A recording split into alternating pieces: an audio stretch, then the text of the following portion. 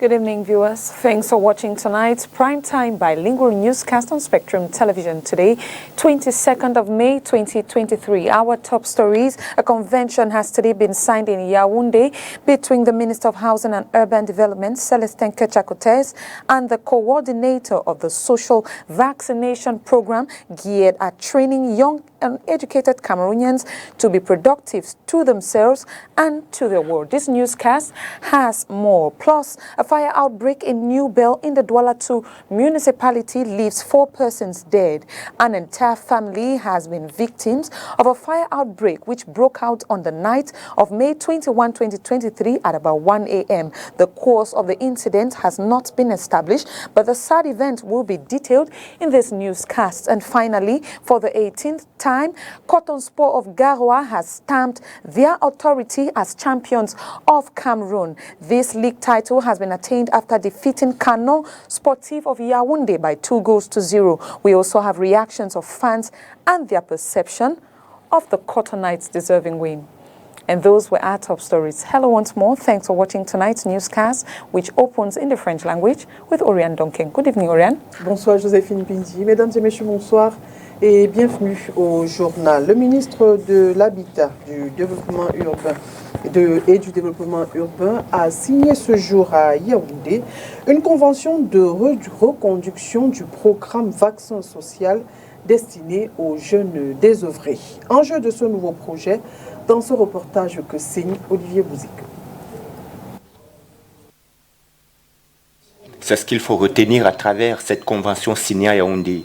La nouvelle vague va davantage toucher les jeunes de l'arrière-pays. Il y a ce quartier précaire, par exemple. Il y a Mokolo et Lobby, il y a le quartier Brusqueterie et autres, les biens massifs. Il y a plein de jeunes Camerounais qui sont là-bas, ils ne fréquentent pas, ils n'ont même pas accès aux informations. Et à travers le vaccin social de la Première Dame, on va entrer, on va pénétrer, on va chercher à former ces enseignants, ces enfants qui sont les Camerounais de demain, les Camerounais de demain, à être épargnés des pandémies. Le programme prendra en charge les éducateurs des jeunes concernés par le vaccin social. Les centres high-tech dont parle Madame la coordonnatrice, où les jeunes des quartiers lobby, des quartiers précaires, qui doivent être à la table de la promesse républicaine, doivent être accessibles. Et je suis très intéressée pour avoir d'abord, il faut le dire, bénéficié de ce programme de la Première Dame lorsque je fus maire de la commune de Banganté. Je peux dire que ça a aidé de nombreux élèves et même de nombreux jeunes dont le MINDU jouera le rôle d'accompagner le programme de la Première Dame dans les voies d'accès à ces centres, au centre même qui est le siège, fédérer dans ces centres toutes les actions en faveur de la sensibilisation des jeunes. Lorsqu'il y a une croissance démographique vertigineuse comme aujourd'hui, avec une urbanisation non maîtrisée, il faut passer par ces moyens-là pour que les jeunes se prennent en charge pour accompagner l'État à les accompagner. Ce programme Vaccin social pour la lutte contre les IST et le VIH-Sida est une initiative de la Première Dame, Chantal Biya. Now we talk 20th May celebrations in the southwest region in Bibunde in the southwest, which went on hitch-free. It was chaired by the divisional officer for Southwest, Stefan Ngai Ngong, presided over the ceremony. Catherine Kone went down to that area and tells us how the event unraveled itself. Locust of the West Coast, Edenal Subdivision, Fako Division of the Southwest region, traditional and religious leaders, the mayor of Edenal municipality, amongst other authorities, came out massively at the Bibunde Grandstand on May 20 to partake in the activities of the 51st edition of the National Unity Day. The event restarted with the decoration of medals of honor to over 30 recipients, including military and civilians, was chaired by the divisional officer for West Coast Subdivision, Stefan Gaengong. Nous vous décernons le médaille de la force publique camerounaise.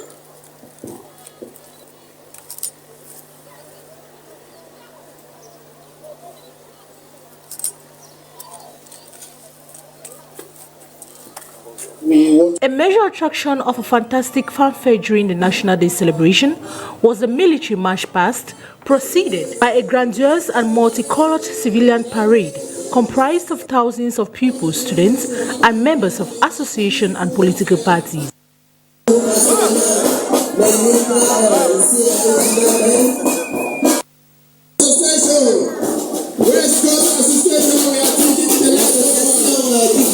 Despite unfavorable weather conditions, the event was successfully crowned with the showcase of traditional dances by different traditional dance groups.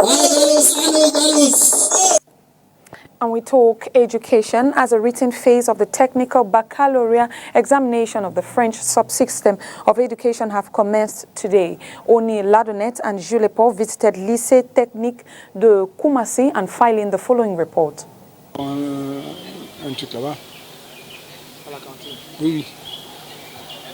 Technical baccalaureate, national exams of the French subsystem of education have commenced today, May 22, across the national boundary. Ils sont 465, n'est-ce pas, pour le bac STT. Et 546. There are 465 students for bac STT and 546 for probatoire industriel. We have those who will take computer tests in the hall. STT is French. They are in class. Students of Première F are waiting to write computer. Les élèves de la Première F sont derrière, ils attendent d'aller en salle pour l'informatique. Parce qu'ils ont informatique ce matin. These written tests will go on for 6 days, with the practical phase set to start next week. Le STT, c'est jusqu'à samedi, donc ça fait 6 jours. STT will go on for 6 days, that is up to Saturday, and then they will continue with practicals on Monday. Students of Premiere will have a workshop after the computer test. Those to write BT will do practicals once and continue with writing on Monday. La pratique une fois. Donc ils commencent par la pratique et lundi, ils enchaînent avec le cri. In order to ensure a heat-free process, a sensitization campaign has been done prior to the start. Tout pour éviter les problèmes. We do everything to prepare students. We sensitize them since the start of the term, both students and teachers. As for now, we haven't experienced any problems. These upcoming weeks will be busy for students of Premiere, Terminal, Upper Seats and Form 5 with the national exams here. Comme annoncé en titre, 4 membres d'une famille périssent dans un incendie au lieu dit source du quartier. C'est à Newbel, dans le 2e arrondissement de la ville de Douala. Si les causes restent encore inconnues, grâce au concours des voisins, 3 personnes ont pu être sauvées. Reportage. On a pu sortir 3 personnes, 3 rescapés, une grande maman, une adolescente et un bébé. Le héros du jour, c'est lui. Gervais Mouté, le bras gauche brûlé, lui-même porte le deuil de sa tante. Malgré cette situation, il va braver la fureur des flammes consumant la maison voisine pour sauver les occupants. Parmi ceux-ci, une candidate au probatoire technique. Grâce à une hache, on découpe l'antivol et on fait sortir les rescapés. Karel, qui compose son probatoire F8, donc je suis allé l'accompagner au collège évangélique pour que l'administration du collège voit dans quelle mesure elle pourra composer son examen, puisque tous les documents qui lui donnent accès à l'examen ont brûlé dans l'incendie. On fait sortir le petit David, 4 ans, qui est brûlé au niveau de la tête et de l'avant-bras gauche. Et on termine en faisant sortir maman Jacquard qui est brûlée au niveau du dos, un peu à la fesse et la jambe arrière. On les transporte donc pour l'hôpital. Bon. 4 autres membres de cette famille n'auront pas la même chance. Ce sont une maman, ses 2 filles et son petit-fils de 7 mois. Maison de 3 chambres avec une cuisine. Je suis les cris. Parce que là, à ma gauche, on a la fenêtre d'une chambre et elle était occupée par les personnes qui sont décédées. Je ne suis plus aucun cri venant de cette chambre. C'est là que je me force à casser la porte centrale.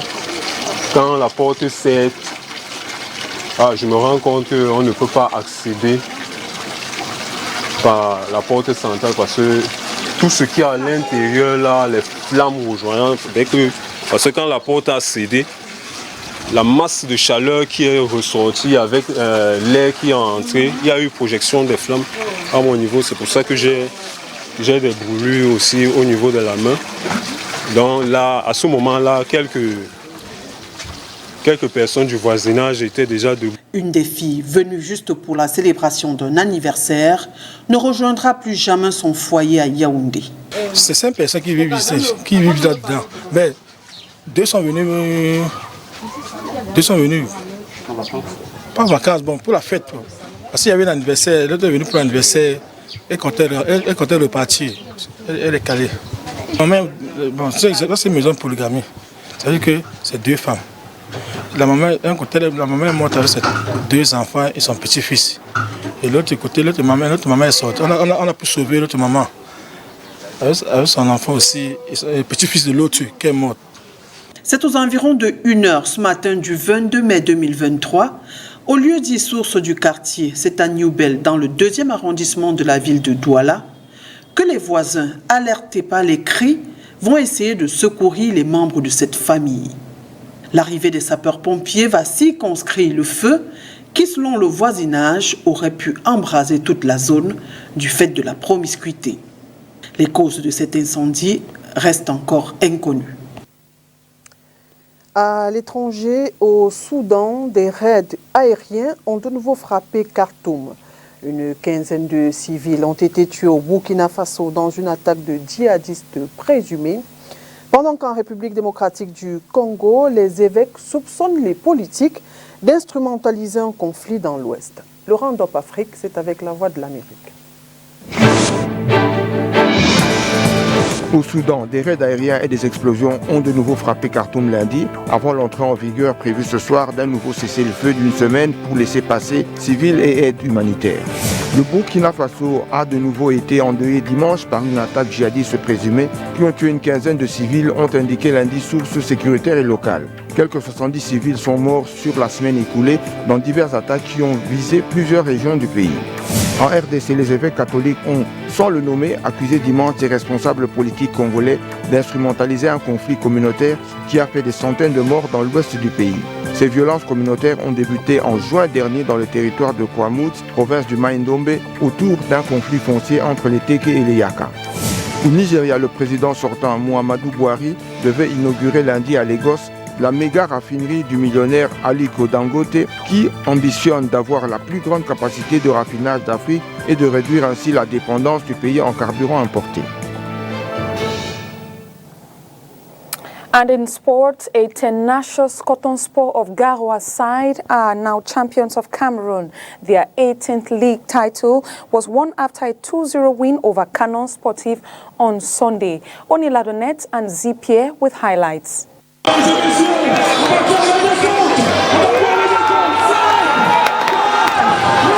An action worth 10,000 words.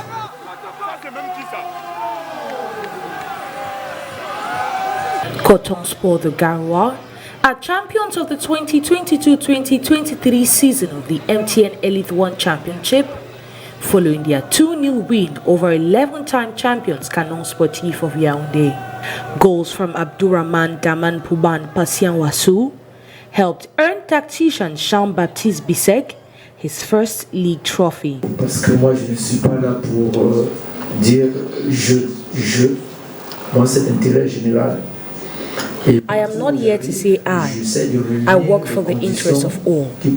Everywhere I go, I try to work with those that can help me attain my objective.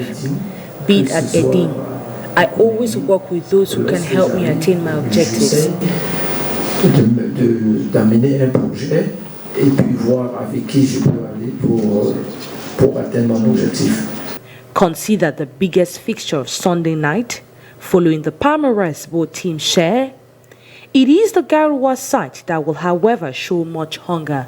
Bakum is not here yet, as the search for this covetous prize continues for Kanong. As for the team with a legion of supporters, Bamboo Choose the Buddha, a 4-1 thumping of Gazelle proved insufficient as the side fell short on points. Failure on the pitch, but winning off the pitch with the best fan group is worth $1 million. At the fourth position with 1 goal scored and 7 conceded, Gazelle the Garoua promises a strong start next season.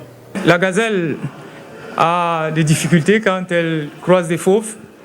Durant les playoffs, c'était Gazelle always face difficulties when they face strong opponents.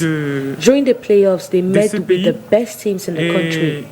We were not ridiculed in the game. We retained that we need quality players, so the players can grow. We saw instances where one would think it was a school competition. Grandir dans la mesure où il y a certaines phases de jeu où on aurait dit que c'était le football scolaire, comme on dit généralement. These games registered over 92,000 fans in all 3 days combined.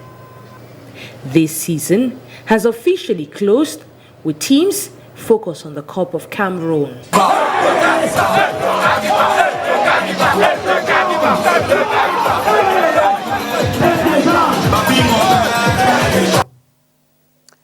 Et le championnat national est désormais derrière nous. Que pensent les Camerounais de la saison qui s'achève? Quelques-uns se sont exprimés au micro de Olivier Bouzik.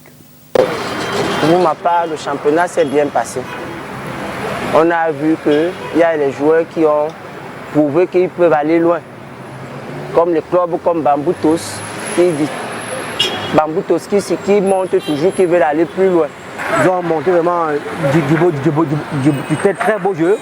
Parce que même hier, là, la rencontre entre Bamboo Tous et Gazelle, il y avait du beau spectacle, c'était très bien, c'était bien animé. Les joueurs ont bien joué, malgré il y avait certaines défaillances, mais de toute façon, il ne faudrait pas les reprocher. Que ça soit un peu plus mouvementé. Parce que l'année antérieure, nous avons vu à Garoua, mais Douala a été nettement mieux que Garoua. Et je souhaite que l'organisation des play-offs ait encore plus d'engouement l'année prochaine, la saison prochaine, que celle-ci. L'Idouane n'a pas été trop concerné, mais on a assisté à des fins de rencontres cauchemardesques au cours des 3 dernières journées. On a vu des arbitres tabassés, on a assisté à des équipes exclues ou rétrogradées sans trop savoir pourquoi. Il faudrait qu'on essaye de payer d'abord les joueurs. Parce qu'il y a à un moment donné, il y avait certains clubs qui ont existé par rapport au retard de paiement. Il faut que la foot essaie un peu d'améliorer ça. On conscientise les arbitres. Parce qu'on a constaté qu'au niveau de l'arbitrage, il y a trop de faux. Et parfois, c'est ça qui cause souvent de nombreux bagarres, les arbitres qui se font tabasser dans les stades, et ce n'est pas bon. Et surtout au niveau de la sécurité au cours des rencontres, parce que là aussi, si on en est arrivé là, c'est parce que les dispositions n'avaient pas été prises au niveau des forces de maintien de l'ordre pour empêcher tous ces débordements-là. Et voilà qui met un terme à cette édition d'information. Mesdames et messieurs, merci d'avoir été des nôtres et bonne suite des programmes sur Spectrum Télévision. Bonne soirée, Joséphine Pindi. Good night to you, Oriane, and good night to you, viewers. Thanks for watching.